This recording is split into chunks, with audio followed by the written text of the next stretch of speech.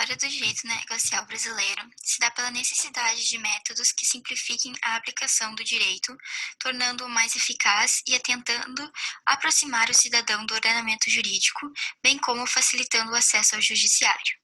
Ele foi introduzido na Constituição Federal de 1988 em seu artigo 98, que possibilita a busca de soluções dialogadas ou consensuais no processo penal, diferentes dos métodos utilizados habitualmente na resolução dos casos. A criação dos juizados especiais, que foi uma das primeiras medidas tomadas pelo ordenamento jurídico nacional, a fim de cumprir os objetivos de desburocratização do Poder Judiciário, porém não tinha uma regulamentação própria. Foi com a Lei 9.099, de 1995, que a primeira forma de regulamentação efetiva da justiça negocial foi introduzida, oferecendo uma alternativa para a solução de conflitos. Os juizados especiais criminais englobam causas em que a pena a ser cumprida seja inferior a 2 anos, casos que se enquadrem como contravenções penais e crimes mais simples, buscando a aplicação de sanções que não sejam restritivas de liberdade e que consigam reparar o dano sofrido pela vítima. Justiça negocial criminal é um instrumento de política criminal que evita o encarceramento de quem comete uma infração de uma menor expressão, e essa pessoa ela admite o erro e não pretende mais cometê-lo. No Brasil, com a inserção do Acordo de Não Persecução Penal pelo pacote anticrime, o nosso ordenamento jurídico passou a possuir mais de uma oportunidade para evitar a aplicação ou cumprimento da pena, mediante certos requisitos de determinadas condições. A gente pode dizer que não é pena sem crime, não é crime sem lei e não é lei penal sem necessidade. E um dos instrumentos mais antigos de justiça negocial em nosso ordenamento jurídico é a suspensão condicional da pena, o SURSIS. A Constituição Federal, no seu artigo 98, inciso 1, autorizou a transação exclusivamente para infrações consideradas pela lei como de menor potencial ofensivo. Hoje, aqueles delitos cuja pena máxima não ultrapassa 2 anos. A justiça negocial ganhou maior amplitude com o Instituto de Delação Premiada, que é, de acordo com a legislação brasileira, um benefício legal concedido a um réu e a uma ação penal que aceite colaborar na investigação criminal ou entregar um de seus parceiros. O Acordo de Não Persecução Penal, como dito, foi introduzido recentemente pelo pacote anticrime no Código do Processo Penal e se trata de um acordo realizado entre o Ministério Público e o investigado, que funcionará antes do ingresso da ação penal em juízo. Contudo, o Acordo de Não Persecução Penal já era aplicado pela força de resolução número 181 de 2017 do Conselho Nacional do Ministério Público. A delação premiada no Brasil é já utilizada há tempos, já que estava prevista no tempo das ordenações do reino. Com o trabalho de PAC, foi mostrado que elas estavam presentes nas ordenações filipinas e que foram publicadas em 11 de janeiro de 1603 e que vigoravam em Portugal e em suas colônias. Ela estava prevista que aqueles que colaborarem nas investigações do Estado, admitindo o crime e trazendo informações sobre os demais envolvidos, teriam direito a perdão e outras vantagens. No século XVIII, a delação premiada foi a grande responsável pela condenação de morte de Joaquim Xavier, mais conhecido como Tiradentes. Na Inconfidência Mineira, que durou de 1788 a 1792, foi dadas às autoridades informações por um de seus integrantes, o coronel Joaquim Silveira dos Reis. E como prêmio, ele foi perdoado pelos seus crimes e pôde manter seus bens, enquanto os demais envolvidos foram sentenciados à morte. Mesmo sendo utilizada, a delação era vista como algo negativo, já que a prática de não denunciar outro para receber vantagens tinha uma imagem depreciativa. A negociação de sentença penal, inspirada nesse modelo de plea bargaining dos Estados Unidos, que se espalhou com características diversas para muitos outros ordenamentos jurídicos, pode acontecer pela declaração de culpa do acusado ou pela declaração que não haverá contestação da acusação. O formato de sentença penal negociada surgiu em 1970, sem previsão legal, reconhecendo o Tribunal Constitucional alemão sua constitucionalidade. Podemos citar 2 países que foram pioneiros em consolidar o direito negocial, Alemanha e Itália. No modelo alemão, com configuração não adversarial, há uma busca da verdade material em que a condenação não é decorrência lógica da confissão. Há a possibilidade de veto pelo Ministério Público, do acordo entre defesa e juiz. Já na Itália, a acusação e defesa estabelecem um acordo sobre a sentença e pedem ao juiz para aplicar a pena acordada, competindo a este fazer um juízo de legalidade, sendo de regra o dever de absolver o acusado se verificar a possibilidade diante da prova colhida. direito penal alemão é tradicionalmente orientado ao princípio da instrução como contrário ao princípio da negociação, estabelecendo que todas as autoridades envolvidas no processo penal tenham como objetivo a busca da verdade material. Em 1970, os juízes, promotores e defensores começaram a realizar acordos baseados na confiança, de forma informal e oculta, tanto antes quanto durante o julgamento. Estes acordos se mantiveram por muitos anos sem serem formalizados, sendo introduzidos na legislação alemã apenas em 2009. Na prática, os acordos ou conformidades do processo penal alemão são semelhantes a plea bargaining, mas diferentes do modelo norte-americano. Nos acordos formais, não ocorre a declaração formal de culpa, mas é formalizada e valorada no tribunal uma confissão do acusado, que serve como prova suficiente de sua culpabilidade.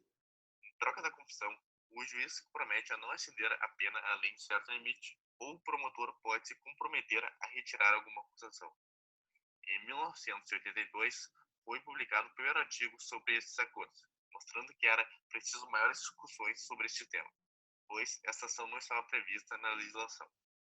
Diversos opositores criticaram a prática, mas os tribunais se mostraram favoráveis, apenas estabelecendo alguns limites para a prática dessas conformidades.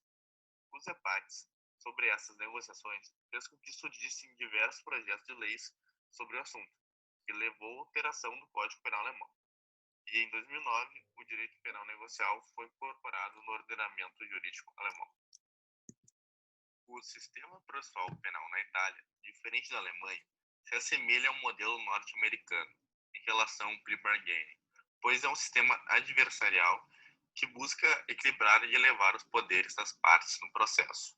A aplicação da pena por requisição das partes, ou patteggiamento, foi introduzido no sistema jurídico italiano em 1981, através do artigo 77 da Lei nº 689.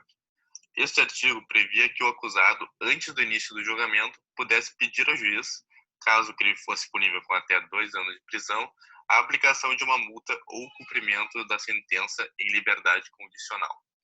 Se o juiz e a promotoria concordassem com a proposta, o réu evitava o julgamento e o juiz declarava o encerramento do processo, determinando a sanção substitutiva e a sua duração. A introdução orgânica da pena por requisição das partes no Código Penal italiano ocorreu em 1988. No início, essa forma de negociação estava prevista apenas para as contravenções e crimes punidos com prisão até 2 anos. Em 2003, a Lei nº 134 permitiu a aplicação de acordos entre as partes em crimes mais graves, envolvendo uma pena de prisão ou prisão e multa até 5 anos. No caso de penas superiores a 2 anos de prisão, só os réus primários podem requerer ao patteggiamento e os seus benefícios. É possível destacar outras formas de negociação no direito penal italiano, como o juízo abreviado, que trata de uma barganha sobre o procedimento, que é cabível a qualquer delito e beneficia o réu com uma redução de 1/3 na punição. Bom, pessoal, agora então nós iremos abordar a plea bargain. A plea bargain é um conceito que passou a existir após o fim da Guerra Civil Norte-Americana, que durou entre 1861 e 1865. E a plea bargain tem como principal objetivo diminuir a quantidade e a lentidão dos processos que estão correndo pela justiça criminal norte-americana. A plea bargain consiste, então, num processo de negociação entre as partes, entre acusação e defesa, que visa a confissão do acusado e, em troca disso, o Estado faz concessões e essas concessões são feitas principalmente pelo Ministério Público, pelos promotores. E existem 4 tipos principais de plea bargain. O primeiro é o charge bargain, que seria minimizar a acusação. Em troca da confissão, o réu tem a sua acusação minimizada por parte do Ministério Público. Depois nós temos o count bargaining, que visa negociar o número, a quantidade de acusações na qual o réu está sofrendo. Depois nós temos o fact bargaining, que seria a negociação dos fatos, podendo assim minimizar a pena do acusado.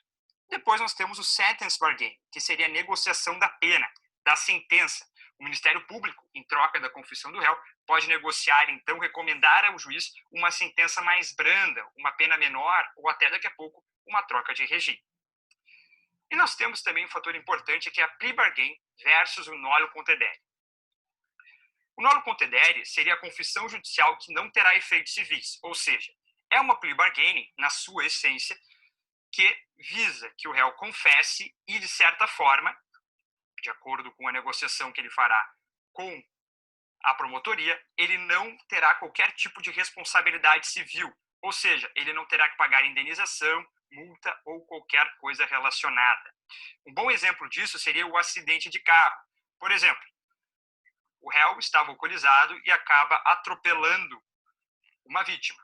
E essa vítima acaba vindo a falecer, infelizmente, mas o réu, ele confessa que estava dirigindo alcoolizado, ele é sentenciado a pena condizente, mas se ele faz o plea bargain com o nolo contendere, ou se ele faz o nolo contendere, ele automaticamente assume a culpa, mas fica imune ao pagamento de qualquer indenização, ou seja, ele não terá efeitos civis na sua acusação. Vai lembrar que toda a nolo contendere deve ter a aprovação do juiz. Se não tiver a aprovação do magistrado, isso não ocorrerá. E vale ressaltar que, em ambos os casos, tanto a plea bargain quanto o nolo contendere, como dito anteriormente, dependem da aprovação da justiça, do magistrado. Se não houver essa aprovação, se o magistrado discordar da sentença ou acreditar que a negociação, a plea bargain, não está sendo feita da maneira adequada, ele pode anular ou rejeitar a plea bargain. Isso é muito importante ressaltar, ou seja, dessa forma, há uma previsibilidade de um controle maior por parte da justiça também com a plea bargain. Importante ressaltar.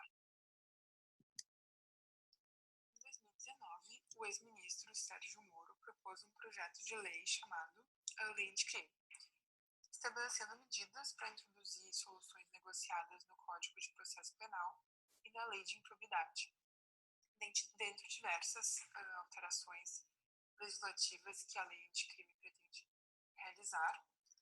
Seu principal objetivo é de estabelecer medidas contra a corrupção, o crime organizado e os crimes praticados com grave violência à pessoa. Dentre os assuntos, tratava sobre a implementação do plea bargain, que não foi aceito. O plea bargain é um instrumento processual penal que surgiu nos Estados Unidos por volta do século XIX e, historicamente, este instituto não teve sua aplicabilidade por meio de uma legislação e surgiu de maneira informal, que eram feitos através de acordos onde as próprias partes, de maneira consensual, decidiam sobre a lide, a fim de evitar que o processo se prolongasse. A plea bargain consiste em um processo de negociação no qual o réu aceita confessar a culpa em troca de alguma concessão por parte do Estado, que pode ser de dois tipos básicos. O primeiro, que é a redução no número ou na gravidade das acusações feitas contra o réu, e o segundo, que é a redução da pena aplicada na sentença ou na recomendação de sentença feita pela acusação. Então, a ideia principal deste instituto, que seria vantajosa, é a rápida solução de crimes que não sejam cometidos mediante violência ou grave ameaça, como os crimes mais brandos, e dessa forma evitaria que se amontoassem milhares e milhares de processos que poderiam ser resolvidos sem precisar passar por todo um trâmite judicial. Sobre as vantagens da aplicação, geralmente geraria uma maior abrangência processual, uma diminuição das demandas do Poder Judiciário e uma redução significativa das custas e despesas que seriam poupadas em uma ação judicial, além da satisfação do acusado, evidenciando uma análise de custo-benefício positiva para as partes e para as instituições do Ministério Público da Justiça. E quanto às desvantagens, o modelo brasileiro há a possibilidade de violações dos princípios que são previstos na Constituição Federal, que são de suma importância porque tem um processo justo, legal e dentro dos parâmetros permitidos, pelo ordenamento jurídico brasileiro. Além de existir riscos provenientes de uma possível coação por parte de alguém para o acusado que confesse um crime que, na verdade, ele não cometeu, podendo também existir sanções desproporcionais ao crime cometido, bem como o aumento da população carcerária, que, como todos nós sabemos, no Brasil ela já é imensa. E apesar de todo esse engessamento contra esses mecanismos de acordo que tange o direito penal, o ordenamento jurídico brasileiro vem colecionando uma série de institutos negociais do processo criminal. Dentre eles, a autocomposição civil, a transação penal, a suspensão condicional do processo, colaboração premiada e o acordo de leniência. E, além disso, pelas circunstâncias do Brasil e os Estados Unidos se tratarem de países regidos por sistemas jurídicos distintos e formas de atuação do Ministério Público díspares, há importações de institutos processuais penais dos direitos estrangeiros para o território nacional. Elas devem passar por diversas alterações com o objetivo de serem adequadas ao nosso ordenamento jurídico, para que assim evitar colisões com a Constituição Federal e a legislação infraconstitucional. Também ainda é importante citar o artigo 28A, que foi trazido pelo projeto da Lei Anticrime, que se trata de uma ampliação da transação penal, levando a aplicação deste instituto para fora das hipóteses de crime com menor potencial ofensivo, que de fato o plea bargaining, que envolve as penas privativas de liberdade de acordos realizados, que tem uma maior autonomia de negociação entre as partes envolvidas. As inovações trazidas para o processo penal brasileiro pela Lei 9.099 modificaram o modo que se via o sistema de aplicação da lei penal, dispondo métodos de negociação e da democratização da justiça criminal. E, além dela, dispor acerca dos juizados especiais criminais, ela criou 3 novos institutos penais que vieram modernizar o sistema processual penal brasileiro, sendo eles a composição dos danos civis, a transação penal e a suspensão condicional do processo. A Lei 9.099 também apresentou em seu conteúdo o Instituto da Transação Penal, que é aplicado nos delitos de ação penal privada, por meio da qual é realizado um acordo entre o autor do delito e o Ministério Público, na tentativa de aplicar outras medidas que não a prisão. E nos casos de ação penal pública incondicionada, o Ministério Público pode realizar a propositura do acordo diretamente. Na transação penal, o réu tem a seu dispor o direito subjetivo de atender aos requisitos necessários para a transação penal, sendo decidido pelo Ministério Público de que forma será exercido esse direito. Assim, no lugar de ocorrer o cercamento do direito da liberdade ou do indivíduo, surge a possibilidade de que o réu cumpra a sua pena através da restrição de direitos ou aplicação de multas, sem a necessidade de um ajuizamento de mais de um processo para as filas do Poder Judiciário, como ocorre na atualidade. 2019, que acrescentou no Código Penal no artigo 28A, passamos até a possibilidade de um acordo de não persecução penal a ser realizado entre o Ministério Público e o investigado. Esse acordo de não persecução penal do pacote anticrime pode ser assinado com os réus primários, só quando o crime prevenir a pena inferior a 4 anos e desde que não envolva violência ou a grave ameaça. E quem assinar esse acordo fica sujeito a devolver o produto do crime às vítimas, além de prestar serviço comunitário, pagar multa ou cumprir um prazo determinado. Outra condição indicada pelo Ministério Público, desde que proporcional com a infração penal cometida, claro. Essa forma de acordo entre o Ministério Público e os réus, ela já estava prevista numa resolução do Conselho Nacional do Ministério Público, que é, no caso, a Resolução 131. Mas sempre houve algumas dúvidas sobre a aplicação, porque ela dava uma brecha para o Ministério Público não cumprir com as suas obrigações, mas não se baseava em lei alguma. E, por fim, fazendo um link com o slide anterior, há uma maior diferença entre o dispositivo do artigo 28A do pacote anticrime e a transação penal, que é prevista na Lei 9.099, estaria presente na necessidade do investigado confessar a prática do crime para que pudesse ser realizado um acordo. E já no acordo de transação penal, o suposto autor do fato nem confessa e nem assume a culpa do delito. Bom, pessoal, agora então nós iremos abordar a delação premiada. Como ela funciona e o que é a delação premiada? Bom, vale dizer primeiramente que a delação premiada ela é inspirada na plea bargain que nós vimos anteriormente. A delação premiada consiste no seguinte: é uma metodologia na qual os investigados fornecem depoimentos em colaborações em troca de um prêmio ou benefício. É importante dizer que a delação premiada ela necessita ser homologada pelo Poder Judiciário, tem que ter autorização judicial. E o Estado pode fazer concessões como, por exemplo, penas mais brandas e menores, mudança de regime, diminuição do valor da multa, ou, em alguns casos, somente a aplicação de multa e uma pena menor, se houver o pagamento de multa. E é importante ressaltar que a delação premiada ela pode ser proposta pela polícia, tanto a federal quanto a civil, pelo Ministério Público, os Ministérios Públicos estaduais e também o Ministério Público Federal, e também pela defesa do acusado. As informações que o investigado, que o acusado fornece, elas devem ser precisas, contundentes e relevantes. Por quê? Porque se elas não forem assim, não forem de uma importância significativa, ou se elas forem falsas, não há necessidade, não há o porquê fazer delação premiada. A delação premiada, ela apresenta uma legislação própria que nós veremos no próximo slide. Uma questão que é muito criticada, né, pelos contrários à delação premiada é que a delação premiada ela recebe uma atenção midiática muito grande. E dessa forma já é um pré-julgamento do delatado.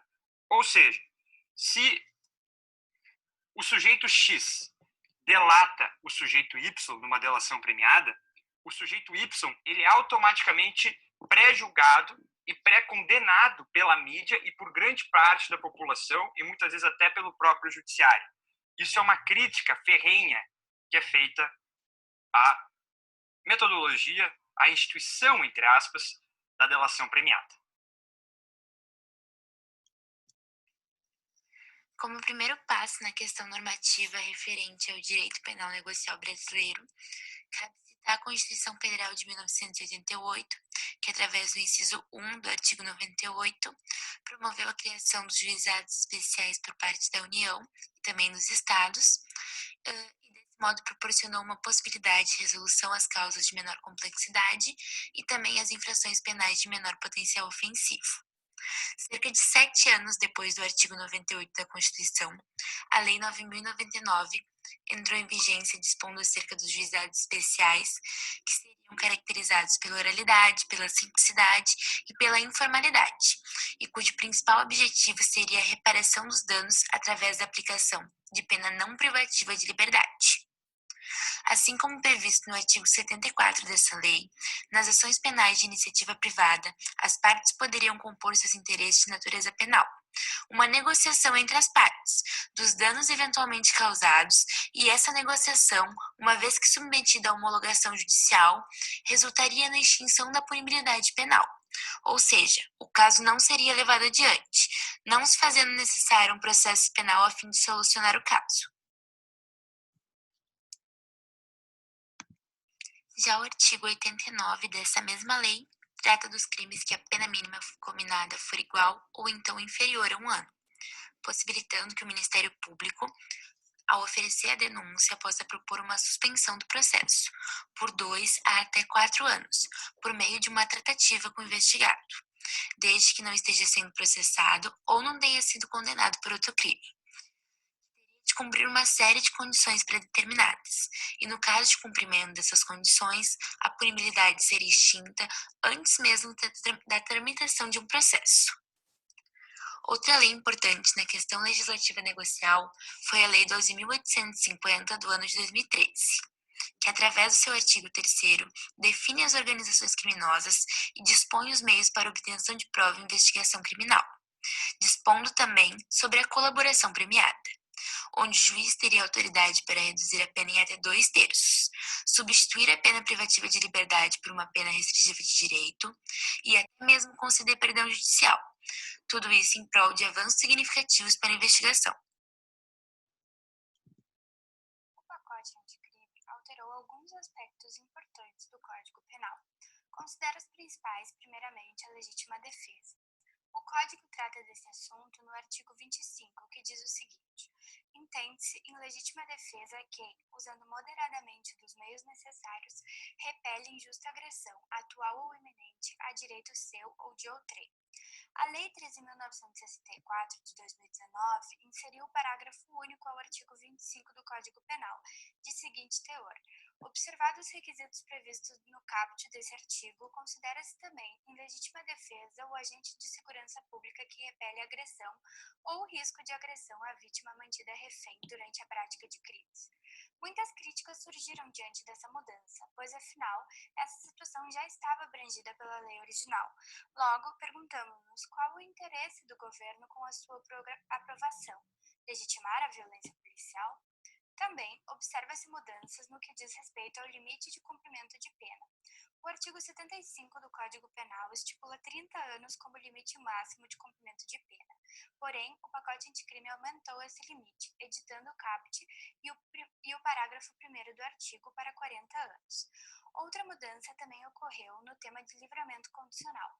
A mudança foi meramente formal, primeiro alterando a expressão satisfatório comportamento por bom comportamento no inciso 3º do artigo 83, depois adicionando ao texto a necessidade de não cometimento de falta grave nos últimos 12 meses.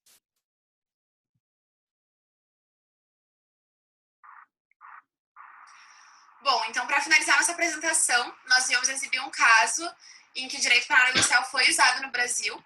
O mais famoso, acredito eu, é o da Lava Jato, que utilizou muito a colaboração premiada durante a operação.